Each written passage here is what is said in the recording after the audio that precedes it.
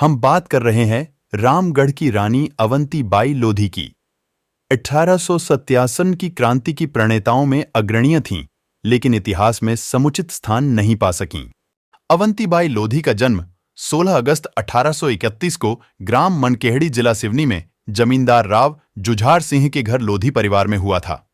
उनका विवाह रामगढ़ वर्तमान डिंडोरी के राजा लक्ष्मण सिंह के पुत्र राजकुमार विक्रमादित्य सिंह लोधी से हुआ था।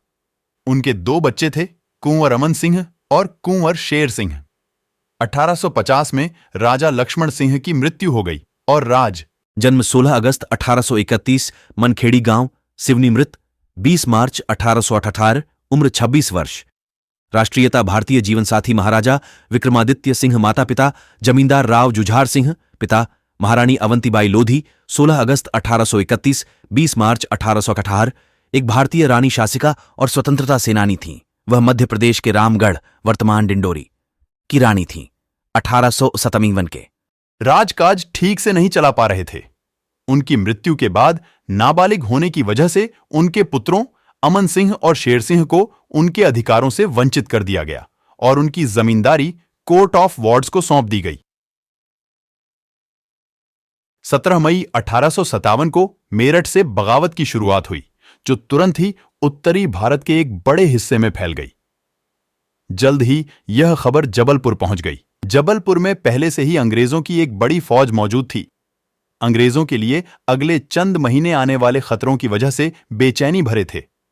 सितंबर 1877 आते आते उन्हें पता लग गया था कि गढ़मंडला के गौंड राजा शंकर सिंह के नेतृत्व में बगावत की योजना बनाई जा रही है। दूसरे ही दिन यानी 18 सितंबर 1857 को अंग्रेजों ने राजा शंकर सिंह और उनके बेट कोर्ट ऑफ वार्ड्स की कार्रवाई की और राज्य के प्रशासन के लिए शेख सरबराहकर को नियुक्त किया। उन्हें मोहम्मद अब्दुल्ला के साथ रामगढ़ भेज दिया गया।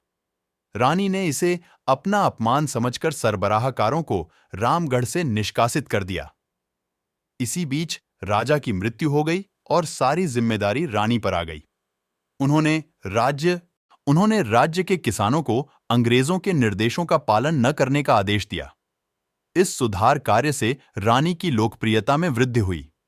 गोंड राजा शंकर शाह की अध्यक्षता में आयोजित विशाल सम्मेलन के आयोजन के लिए प्रचार प्रसार की जिम्मेदारी रानी अवंतीबाई को मिली।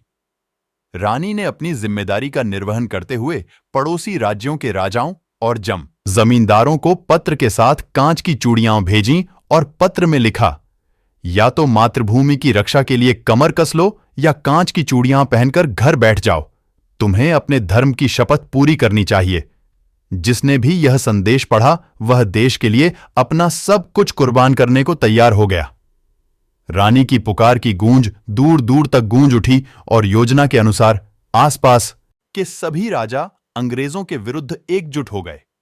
जब 1857 का विद्रोह हुआ तो अवंतीबाई ने 4000 की सेना खड़ी की और उसका नेतृत्व किया। अंग्रेजों के साथ उनकी पहली लड़ाई मंडला के पास खैरी गांव में हुई, जहां वह और उनकी सेना ब्रिटिश डिप्टी कमिश्नर वार्डिंगटन को हराने में सफल रहीं और उसकी सेना ऐसी कि उन्हें मंडला से भागना पड़ा। हालांकि हार से आहत होकर अंग्रेज रीवा के राजा की मदद से प्रतिशोध की भावना से वापस आए और रामगढ़ पर हमला कर दिया। अवंतीबाई सुरक्षा के लिए देवहरिगढ़ की पहाड़ियों में चली गईं। ब्रिटिश सेना ने रामगढ़ में आग लगा दी और रानी पर हमला करने के लिए देवहारगढ़ की ओर रुख किया। अवंतीबाई ने ब्रिटिश सेना से बचने के लिए गुरिल्ला युद्ध का सहारा लिया। हालांकि जब युद्ध में लगभग निश्चित हार का सामना करना पड़ा तो उन्होंने 20 मार्च 1858 को अपनी तलवार से खुद को छेदकर मातृभूमि की रक्षा के लिए अपना जीवन बलिदान कर दिया। रानी बालापुर और के बीच सुखी तलैया नामक स्थान पर वीरगति को प्राप्त हुई। रामगढ़। इसके बाद इस क्षेत्र से आंदोलन दबा दिया गया और रामगढ़ भी ब्रिटिश नियंत्रण में आ गया।